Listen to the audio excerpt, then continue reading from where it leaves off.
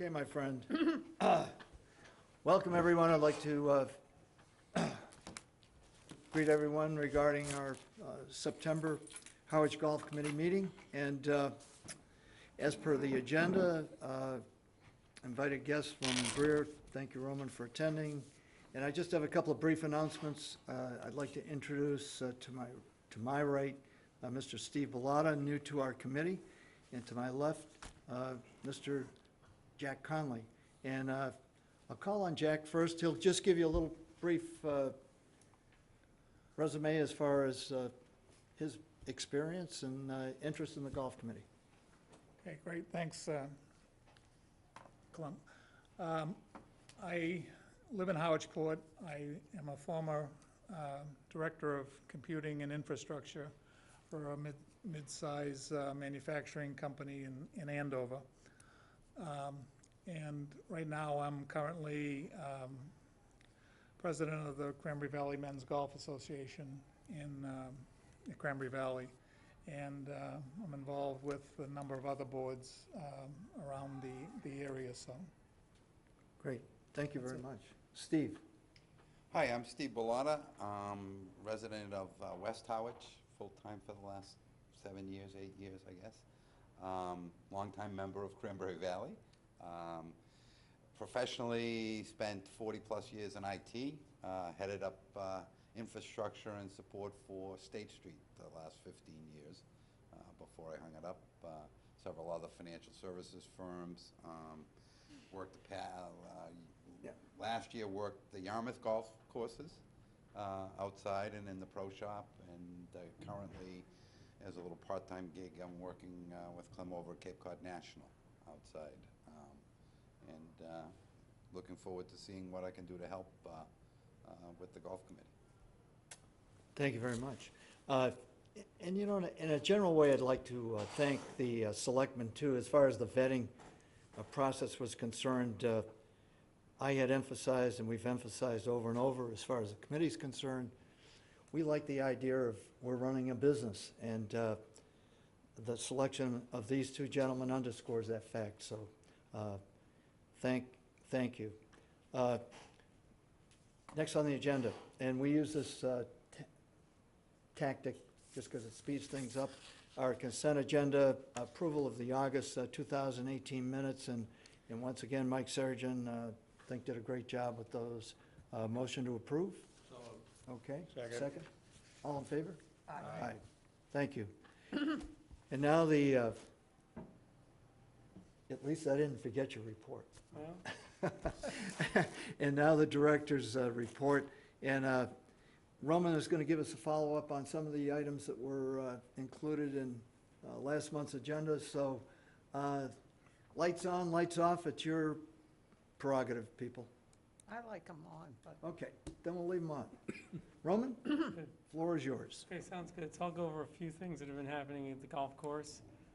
Starting with tournaments. We're having a lot of our, now that we're into September and post-Labor Day, we're doing a lot of our big events for our members. We had the Ladies Solheim Cup, the Men's Cranberry Cup or Ryder Cup, two-day event, and WGAM Fall Cup just happened on, I don't know the date there, but it was September 10th. And the Cape Cod Women's Golf Association, Cranberry Valley Women's Golf Association member guest on September 11th. So some big events have happened since the last time we saw you, mostly member related. Could we just get a footnote to the ladies event? Martha, I imagine you were there? Oh, of course. Okay. I heard great things again. Both events were terrific. They were very well organized. The member guests, we had 96 women. Wow. And it was a fabulous, fabulous day. Staff does a great job supporting I'm interested. Did you get to a point where you are sold out, in essence, or was there still? I think they were sold out. They wanted to top out at 96. Yeah. Excellent, excellent. Jack, how would that compare to the men's group? Yeah, the Ryder Cup, we had, or the Cranberry Cup, we had 96 people for both days. Wow. We probably could have sold more, but That's a good size field. for the restaurant, yeah.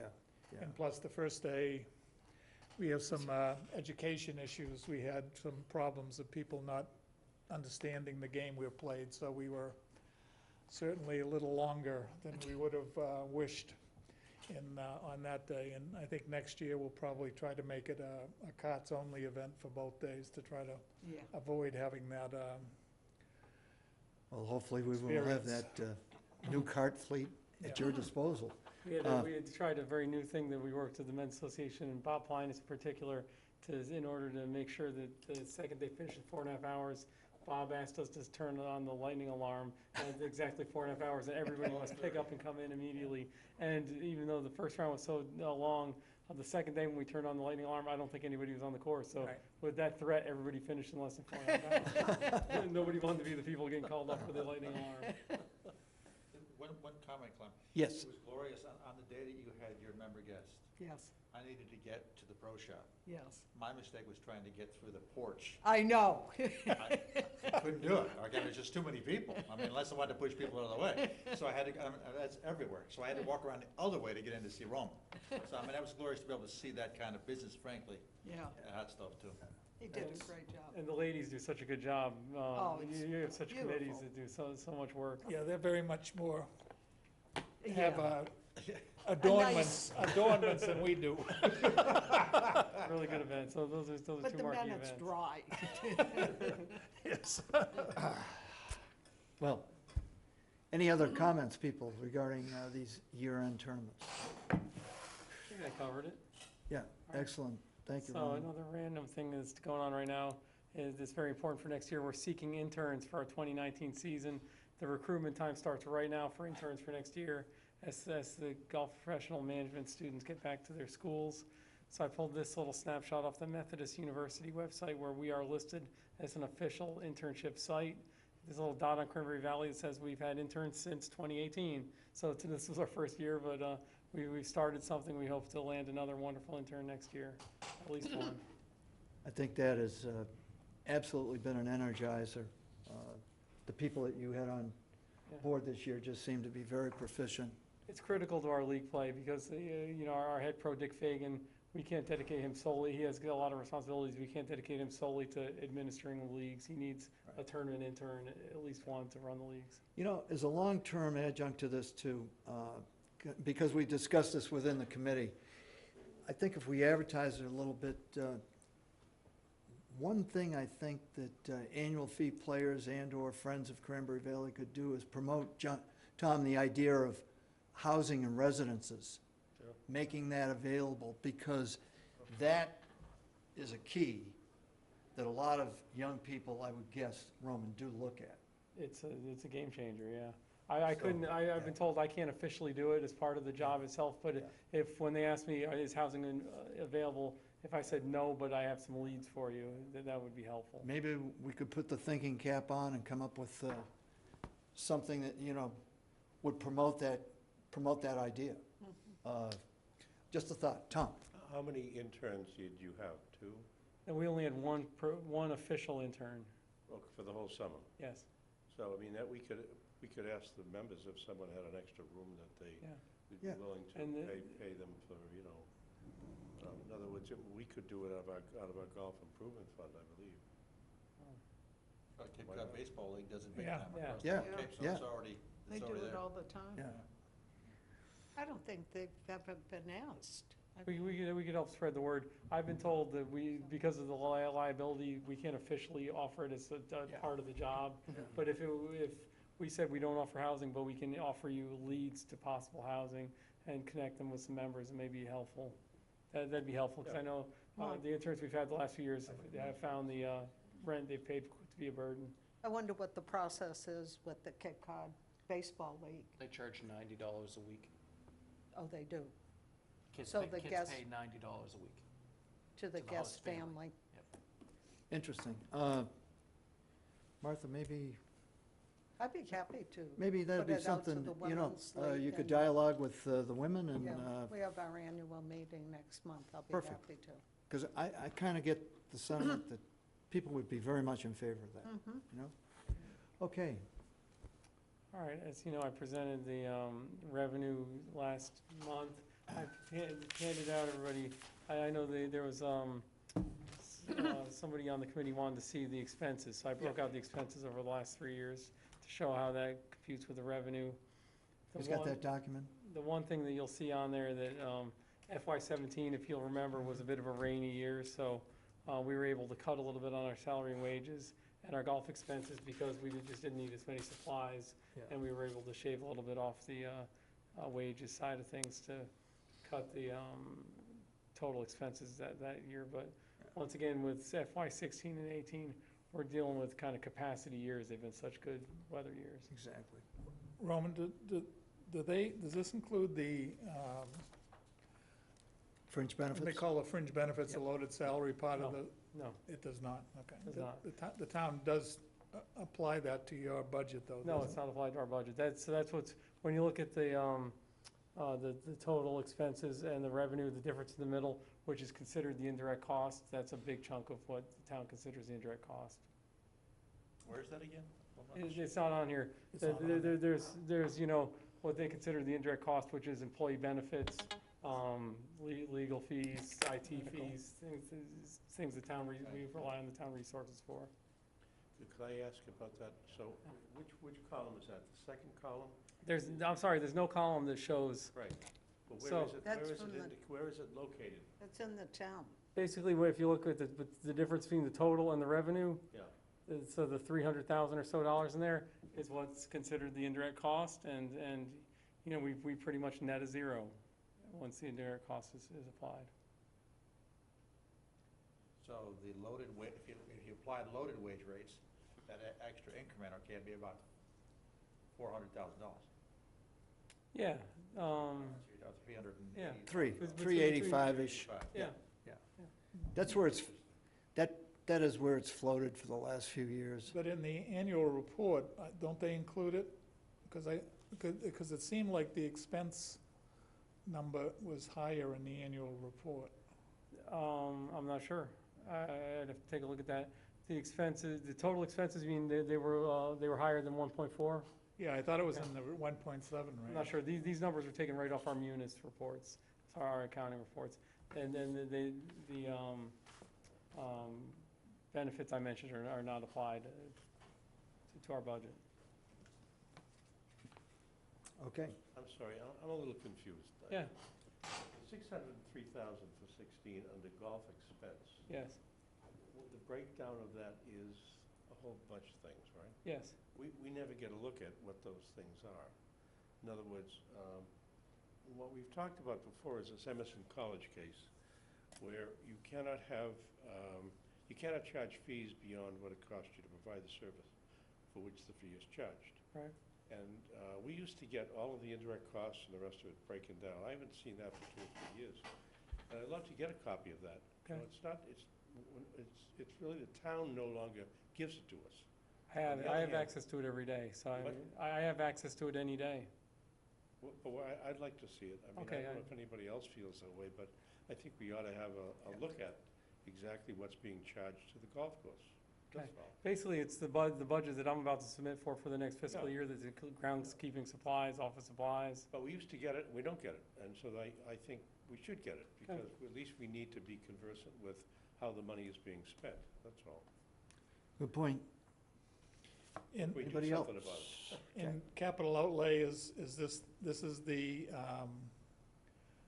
money that we're spending on, like, the golf course improvement fund and. So I'll explain, the capital outlay is a budget item, a budget line we have for capital every year that is broken down into tee work, bunker work, and cart path work. That's not part of the golf improvement fund. It's out of our own golf budget. There's a $73,000 or so number that's carried forward, whereas sometime before I was on board here, there was a decision made that instead of coming to the town for big projects like a big tee renovation or a big bunker renovation, I think Sean promoted this idea of doing a few per year. So there's $73,000 in our budget annually to take care of cart paths, tee work, and bunker work. But is that funded by the golf improvement fund? No, it's not. No. No, it's part of the budget. That's our general budget. Operating budget. Yeah. But the 3 other ones that we have also, Yes. we need figures on those as well, and how much is left and what we're using. Good. Right? Yeah. Okay. Clem asked me to give a little brief recap of where we stand with some of our vendors. Clem asked me to reproduce the letter I sent to the town administrator endorsing our renewal with Miller Golf. I'm a little embarrassed because I kind of turned it out fast. It's not one of my greater works of literature, but I think it'll do. He just needed a formal letter to say, the golf committee endorses this, I endorse this, here's the facts, and he can sign it. He has not signed it at this point, but I expect it to come anytime now.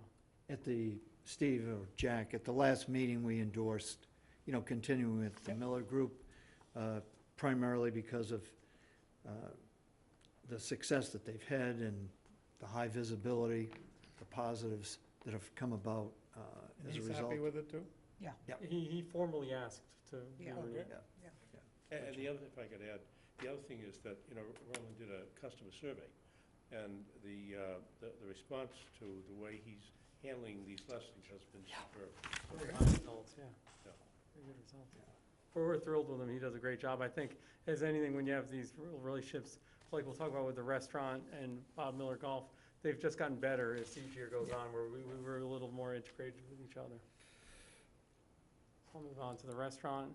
Nothing necessarily to report here other than the first meeting for negotiations between the hot stove and the town administrator occurred on the 14th, which I think was last Friday. Mhm. So I attended that. It was a very positive meeting. We're going to come to an agreement with Ron for an extension on his lease, it looks like. We're going to have a second meeting. This was just an initial talk. The determination was to have a second meeting at the hot stove at Cranberry Valley on the 26th, where we can tour the facility. So, but things seem to be going in a good direction there. Well, that's good. We Good to being hear. who? We being who, Ron, In the yourself? meeting, myself, Ron, and the Chris Clark, and the Assistant Town Administrator, Evan. So by positive, that means you have resolved or are on a path to resolve the issues which created a gulf between the town and the expectations of hot stove. Yeah, I think so. I think there was a path towards an extension on the lease. The meeting ended with Ron showed serious interest in extending the lease with what the town administrator was offering. Thank you. And then thirdly, the car lease, much less information on this other than I've really personally stalled this idea of pursuing the lease until we can be sure that we're going to have electricity in that car barn. We're a little bit behind on our schedule to negotiate a car lease. That should all happen fairly quickly, though, once we decide to pursue it. We've looked into all the procurement laws, and because the companies are all on the state bid list, it's a very easy bid system.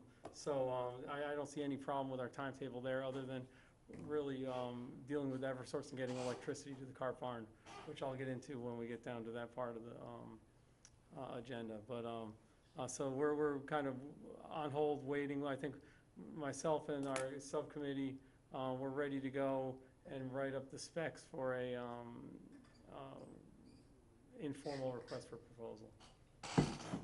Well, it's more just a scope of work.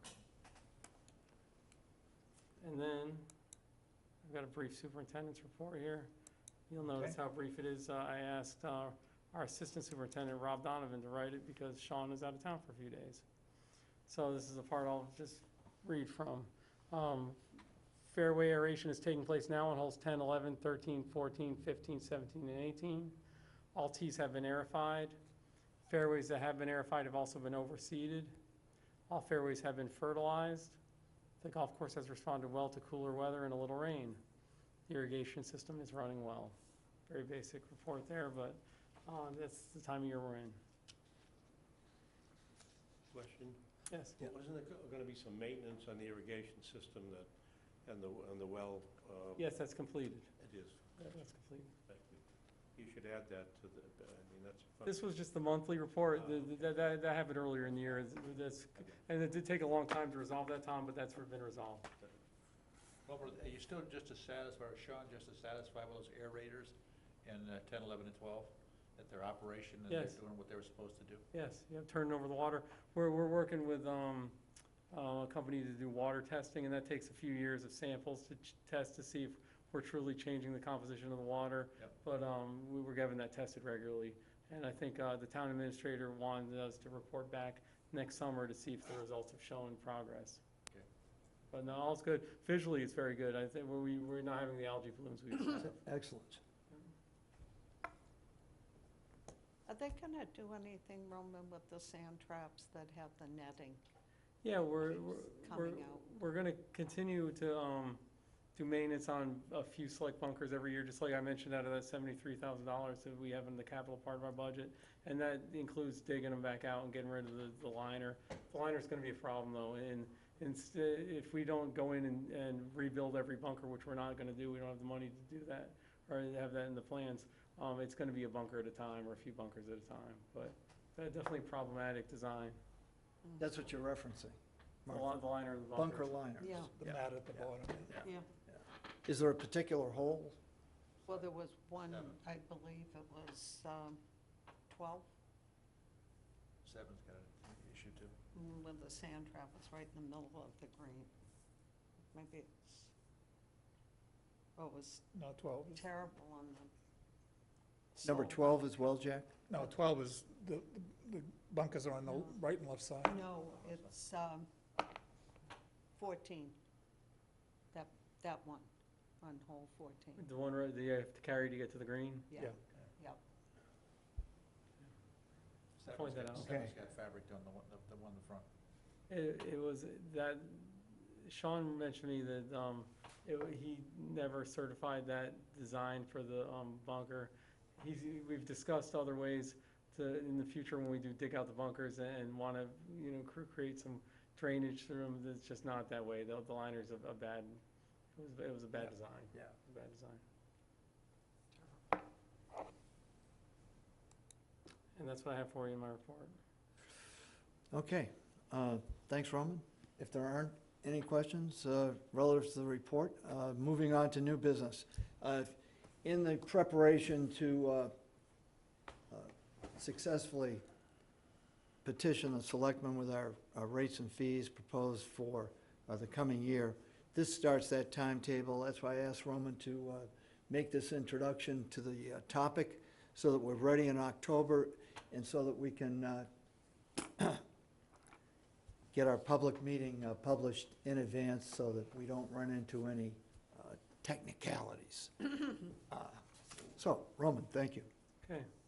I don't have a formal presentation. This is just kind of a set the table for what we're thinking. I'll make a formal presentation of recommendations next month. I'll just read right here. The initial review shows that our rates are appropriately placed in the local market and revenue goals are being met. We raised membership fees last year. We may raise some greens fees last year. My initial look at things, I'm not going to recommend raising membership rates at this point in time, or any significant greens fees, other than trying to maybe fix a few dates that we have. There's always a little tweaking of dates based on when holidays fall. The one major thing I'm looking at for this year is generate an increase in car revenue to cover the cost of the new fleet. We're anticipating a new fleet of golf carts is going to be more expensive. We're trying to get, what we're looking at is some really green battery technology that's very efficient, a more modern cart that has GPS in it, a much better, improves experience for the customer.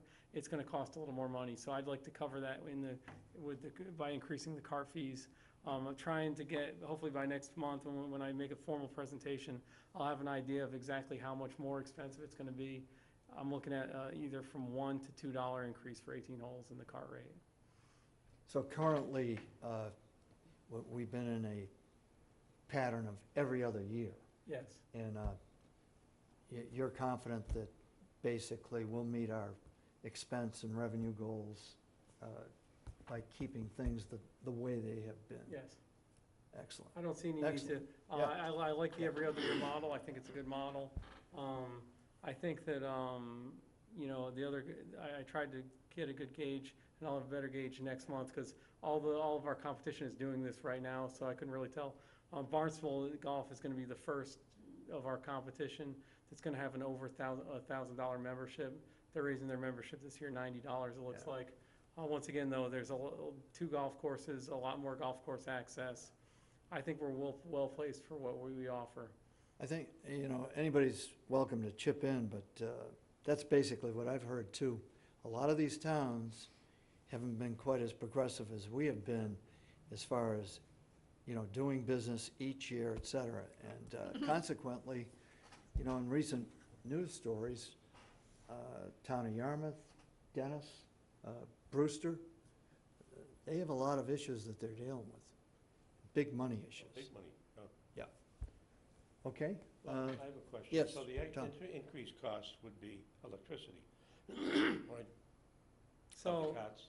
What we're looking at, Tom, is, we're gonna look at, as part of the lease, what we're aiming for right now is to continue the revenue sharing program, but by having a cart that has more features on it, Yes. it's gonna be more expensive for that lease. But, your question about electricity, I'll get to when we're discussing the capital project. Yeah. We're hoping that through our solar program, we have less energy Right. costs. Well, that's what I was gonna suggest, that, we talked about the possibility of having some local field out there with the solar. Right. That would feed it into us, Okay. I do hope that's coming. I have no specifics on that yet, but I will mention where we stand with that when we talk about the capital project. And did the electric line ever get run up to the? Still, We'll- I'll get to that. we'll get to that. We're still working on that. Yeah. But then, looking forward, I think, Clem, you kind of nailed it, looking at the every other year plan.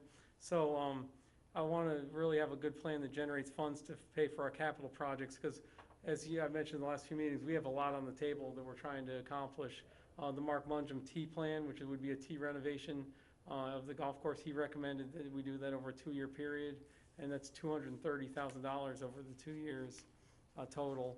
We're also looking into things such as a practice course, a putting course, a number of other ideas. And what really happens right now is the golf improvement fund's generating about $80,000 per year.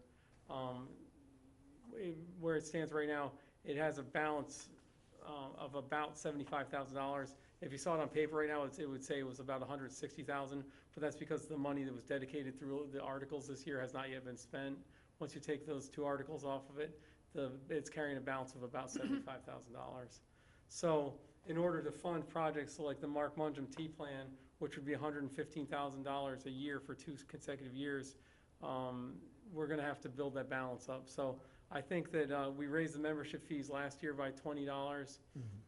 I'd anticipate, not this year, but maybe setting the table to raise the membership rates of approximately $25 for the calendar year 2020. And that would be for use in the fiscal year 2021. And so when we put our capital plan together, we can discuss possibly putting that Mark Mungem T plan on the priorities list for 2021. And Jack, for you and Steve, this was distributed at our last meeting. It's basically our plan that capital outlay endorses, and it's a roadmap of where we're going, potentially where we can go. And the town administrator was instrumental too in making sure that, we got credit for the things we have done and are continuing to do. He was ahead of things, because at town meeting, if you go to town meeting, there's a lot of talk about making sure that things are planned in advance and they don't just hit the books the year that they first discussed. So we were trying to put our capital plan together for 5 years out and make sure that the projects we do are well-planned and well-discussed before they occur. And not only well-planned, but, the caveat is the fact that there aren't many town departments that can brag about the fact that, and yes, we're self-funding these projects, which is a real kudo. So, And we are funding, at this point, we're funding the Carp Barn project 100% as we went to bat and said we would. I think there was some contention there, or some safety net that in case we had bad weather, it fell short, the town would be available to pay some in the middle, but so far we're paying that bill in full. Do we have any feedback or sense that the membership would prefer the every other increase, obviously at a bit a higher rate than a smaller rate on an annualized basis, on an every year basis? their input generally, comes through that mechanism of the public hearing on rates and fees. But, other than that, that's the mechanism, because we work through the director. And, the public's certainly welcome to spotlight anything they want to, but at this point, that's the way business has been done. I know some of the other towns say, you know, the budget goes up about 2.5% per year, so raise the membership fees 2.5% per year, Yeah. or have a standard $25 per year increase to help cover, you know, just employee costs alone go up 2.5% a year. Generally, the cost of doing business does.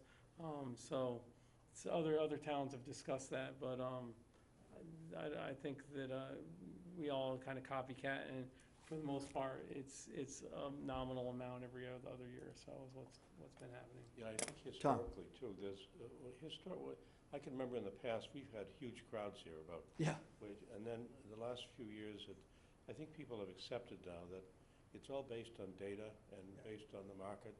And also, to be fair to the members in particular, because there was a time where, you know, the effort was to try to sell more instead of taking care of the members. So I think we've hit an equilibrium point now. Good point, Tom. Okay.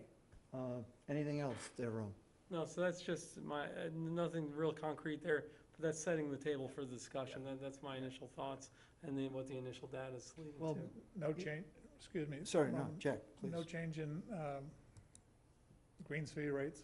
No, at this point, we'll see. Well, one thing I was looking at, Jack, has been possibly, you know, we tweak a little bit every year, so nothing major, nothing across the board, I'd recommend it.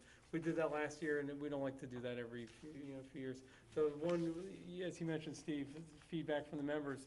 One thing that we get a lot of feedback from very directly is from our hotel partners that send us big groups, and they balk at, you know, raising the rates too often because it forces them to raise their rates more often than they want to. So we're sensitive to that because that does turn into a lot of greens fee business.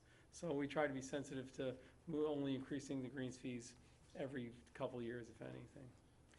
And Jack, another thing that I think is key is, thanks to Roman, because we didn't have this data in the past, and Tom just alluded to it.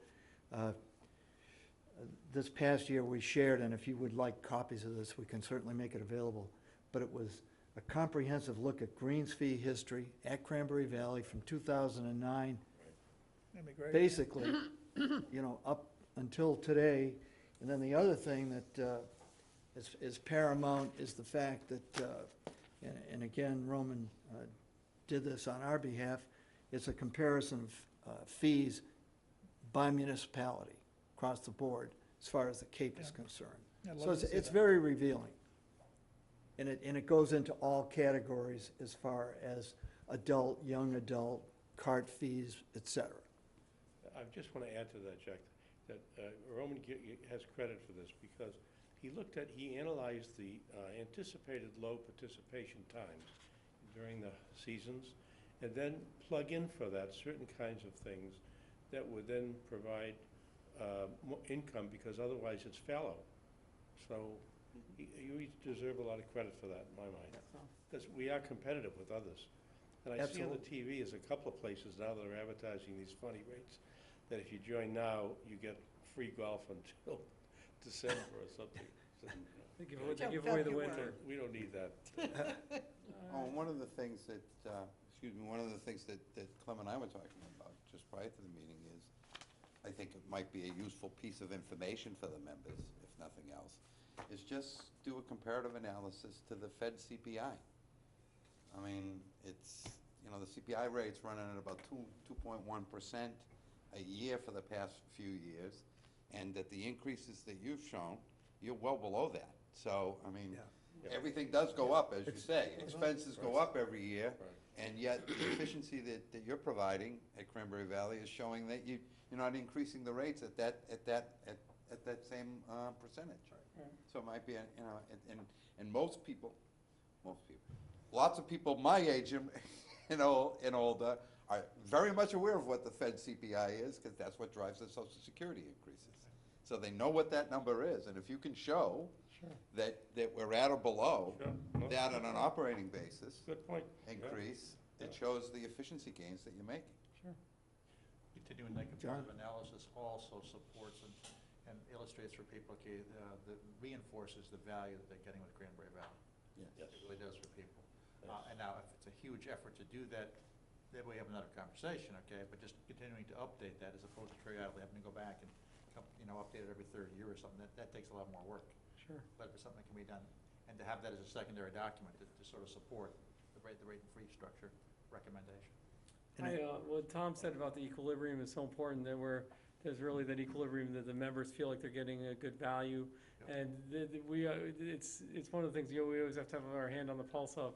And this year, because we have had so many years in a row, we've had 3 years in a row of increasing membership, there's a lot of pressure currently on the T-sheet. And so I think because of that, in order to keep the equilibrium, we're in good faith and with good planning going to increase the member block for next year, as we've said we're going to, based on the increased amount of membership. I think that with all the pressure on the T-sheet currently, it would be kind of in bad faith to go up in membership at this time. Right. We would rather show dedication to the members' Right. quality of their membership and the quality of their experience there before we ask for an increase in the membership. And that was data that you supplied at the last meeting, Yeah. particular to that. Yeah. And I think you're right another on piece that. here too, just to mention it, because it's so important. 5 or so years, more than that actually, there was a lot of lip service paid to the idea or concept of shoulder season. Yeah. And I think our focus marketing in particular, and our value has made us very desirable as far as shoulder season and fall participation from outside groups, because that generates a quotient of revenue that's important. Tea times are still going strong. Yeah. Going strong through Columbus Day, and there's no real guarantees after Columbus Day, but a lot of our marketing partners are asking me, what's the deal? What are you going to sell? I can't remember who mentioned, they're seeing on TV, I think you said, Tom, all the deals, Dennis Golf's doing 2-for-1s. We really don't feel the need to, so I'm telling them no deal, because at this point, we don't need the discount. Right. And you see, I'll put I used to teach economics. I'd call that a loyalty index, that when someone says, well, you could do this, no. We have a loyalty index for members here. That's the firm foundation of people that support our club in a variety of ways. And by the way, the numbers show that we're doing fine. Right. Okay. So, back to old business. I asked Roman to, because we've been doing this consecutively, and we're going to reach a point where hopefully this topic goes away, but the capital project update, it has a lot of moving parts, certainly. So Roman, I'm going to turn it over to you, and Okay. you can prioritize anything you would like. I've got a few photos here of the almost completed building.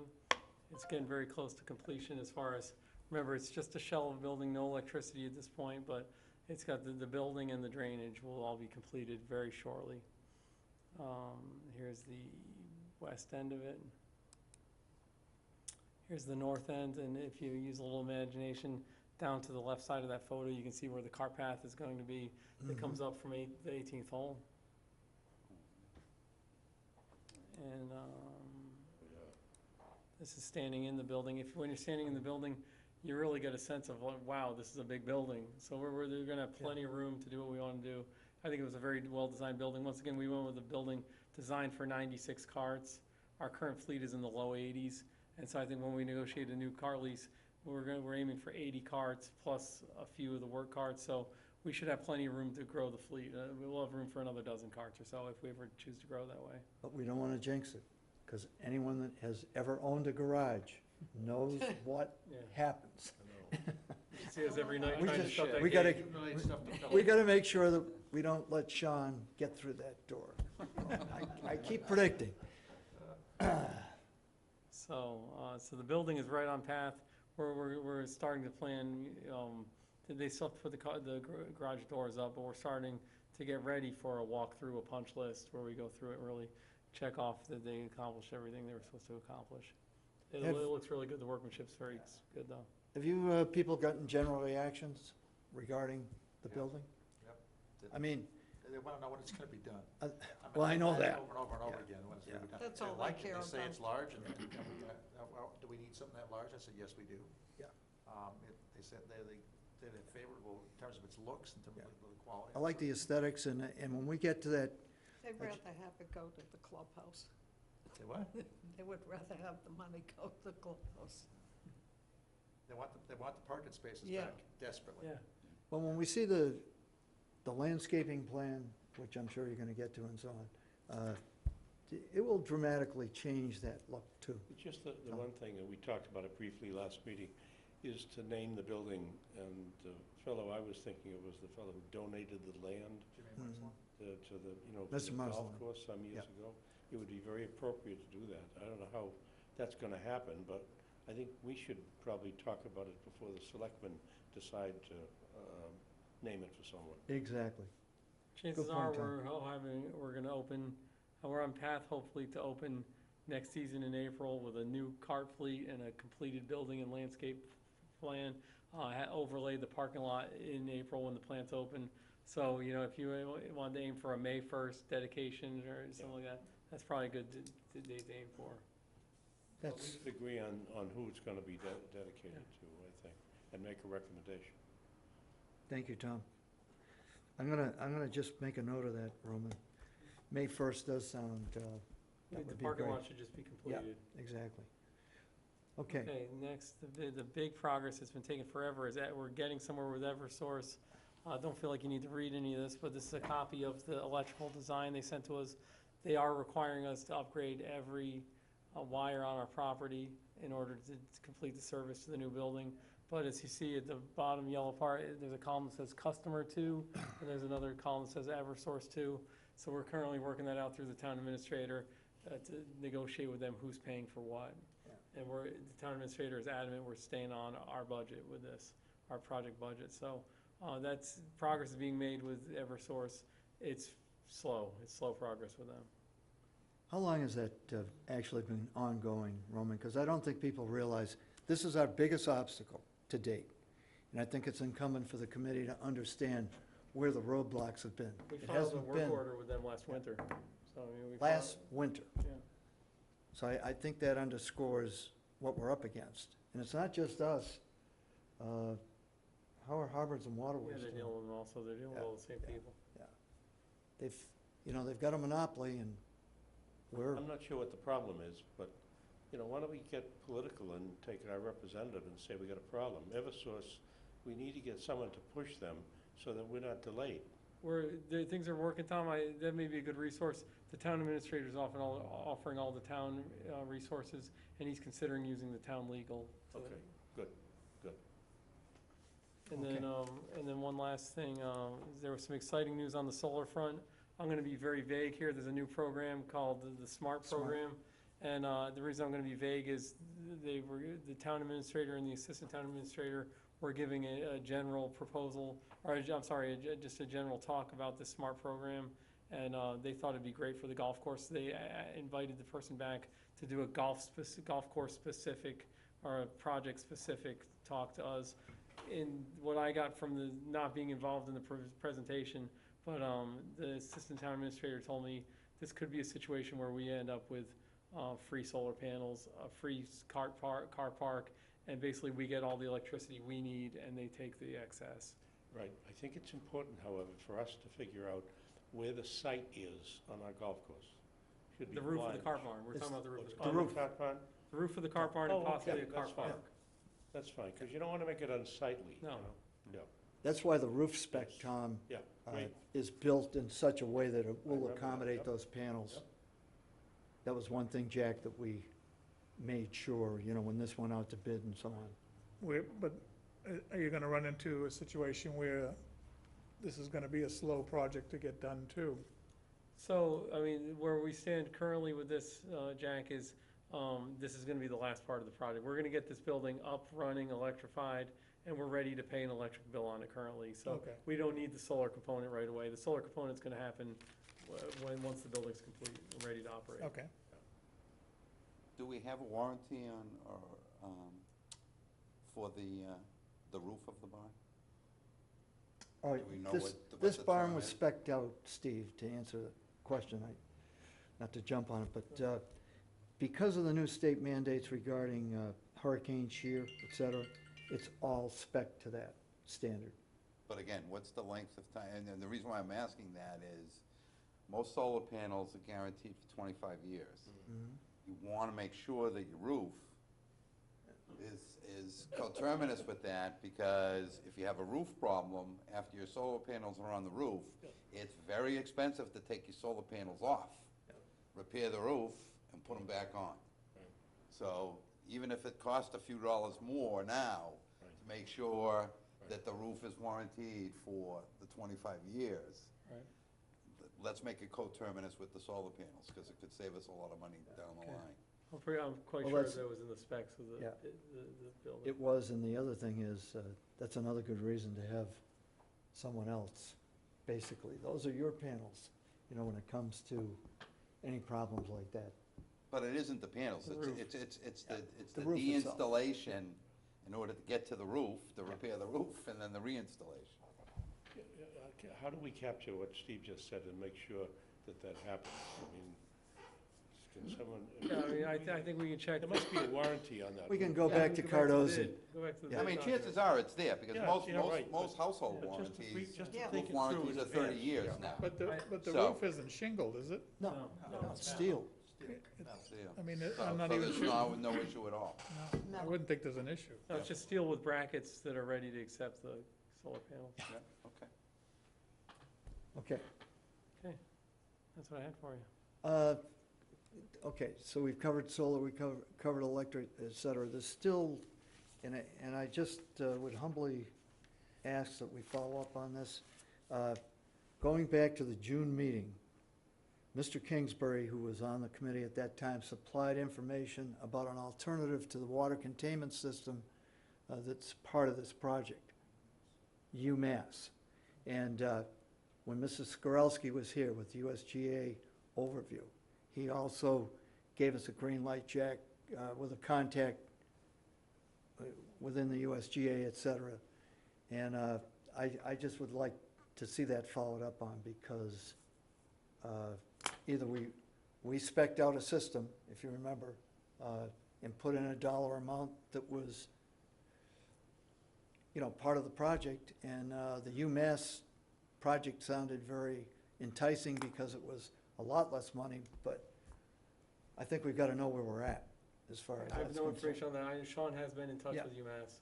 So, we're following, with the project, we're following the direction of the town administrator, which is one thing at a time.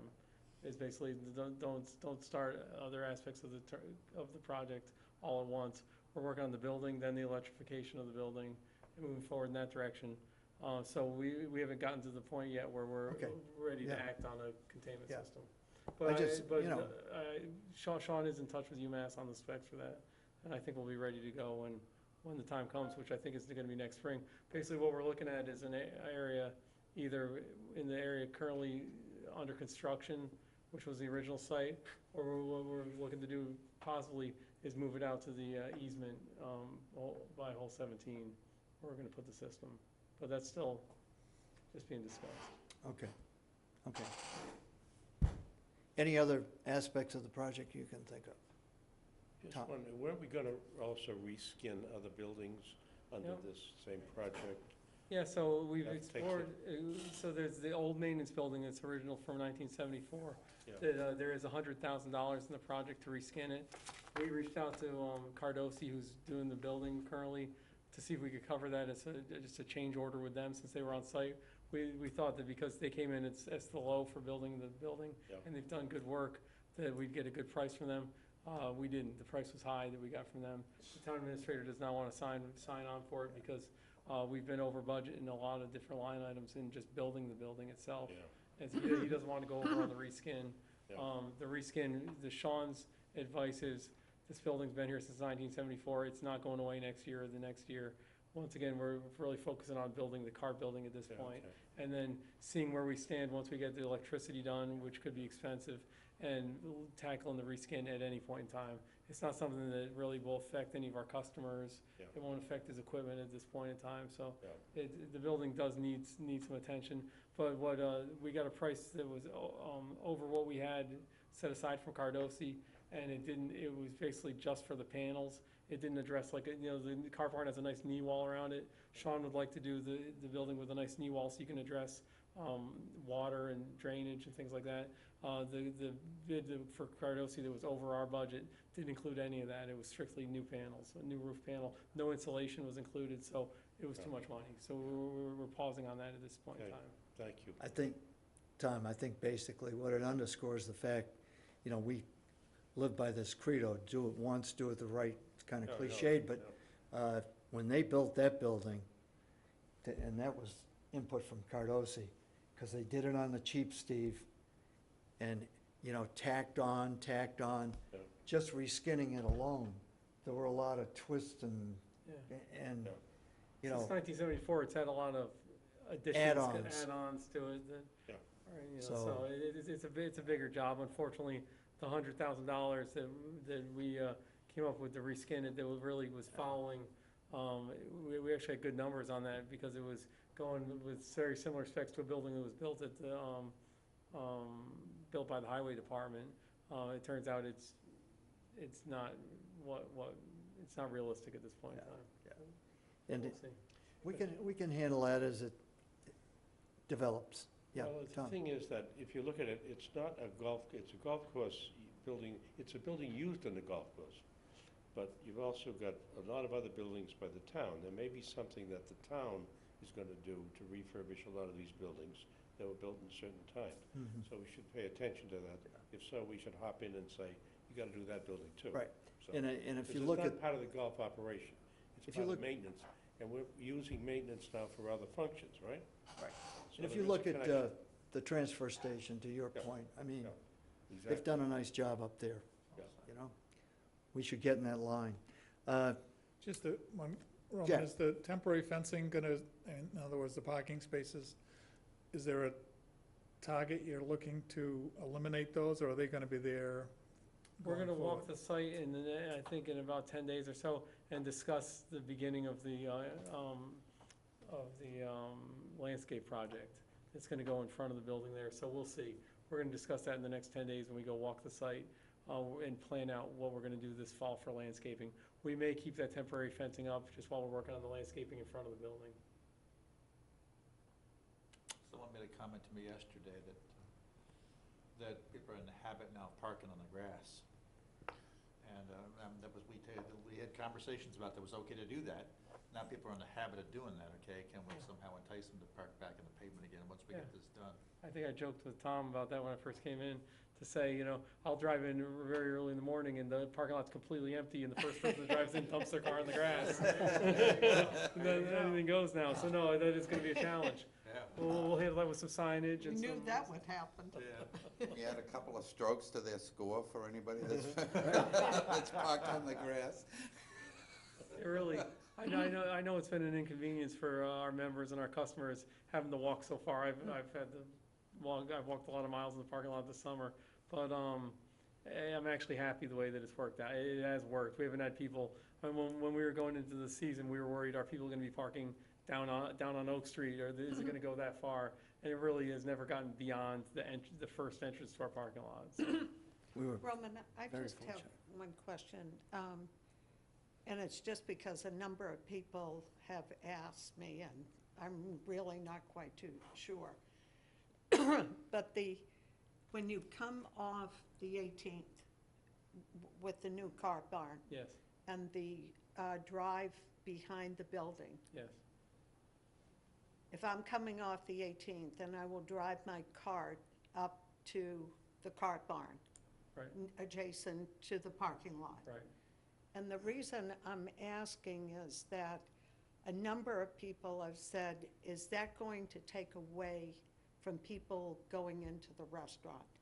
Yeah, so we're addressing that currently. That's actually been discussed in our negotiations with Ron Leidner, because we were Oh, trying to work on a compromise with him, because he was concerned about that. There's the area when you're standing on the new 10th tee, the one on the left, it's just between the two 10th tees, basically, a nice flat area. We're exploring the idea of having Michael Curadosi, who was a landscape architect that designed the landscape plan for the cart barn, having him design what he loosely told us. He walked the area when he was doing our landscape design a nice kind of elegant oval right there, parking area for people, and we'd have a sign that would say, Yes. this way to the parking lot, this way to the hot stove. Supplemental park. So, Yes. and so that's something, that's being discussed as part of the That's restaurant negotiation. Thank you. You're welcome. Good question. Okay, with no other comments, the public comment section, Max? Thanks for attending. Mr. Wall? I got wet. Rob, the starter, came up and notified us that the alarm had gone off at about 3:20. Yeah. We were on the 8th hole, so we should have heard it from either the 7th tee, or I think behind the 9th tee. Is that where they are? Yeah, I Yeah, got one for you, Max. The- The alarm never went off. Oh, okay. We had a little confusion as I was racing to this meeting. Everybody's coming off the golf course. Rob rang the alarm bell that's telling everybody, pull everybody off the course. I don't know what he heard. I had to finally, I had to grab him and tell him, what are you sending everybody off the golf course for? We haven't detected any lightning yet. So And fake news. it was fake news. Thank you. It was fake news. Very good, You know, Max. It was quite a mystery too. Max, We didn't, when I know my hearing's good. when I came in here, around 3-ish, I thought my phone had blown up or something, but it was a statewide alert Flash for flood. flooding. We got Yeah. it. And, We got and it too. went off here in town hall and everybody was in a panic. And they Went even off on sent, our phones. one of the policemen came up, I think, to check on the building. Nationwide.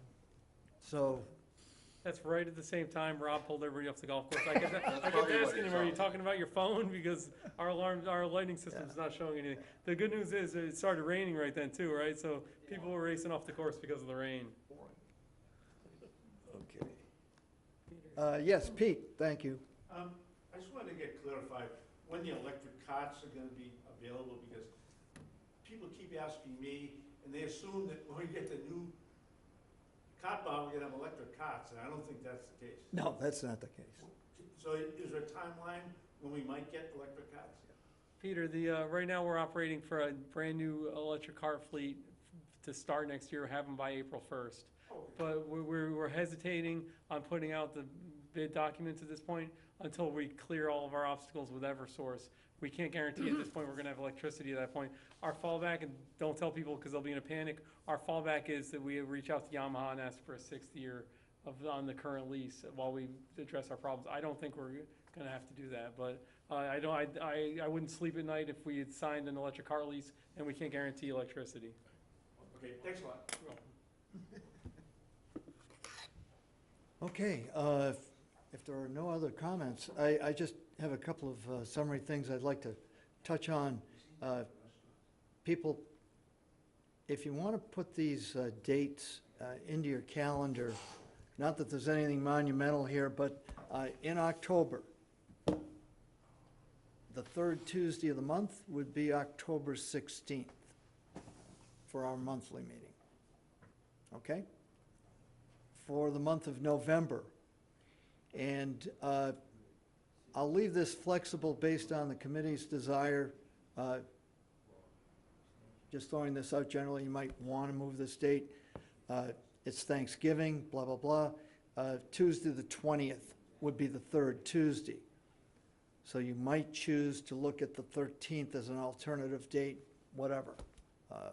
Doesn't make any difference to me, but I know some people go away that week, et cetera. And, I can do it the 13th. okay. And then looking at the December meeting, that would be the 18th, just prior to Christmas. And the other date that I'd like to share with you, I got a letter from the town administrator.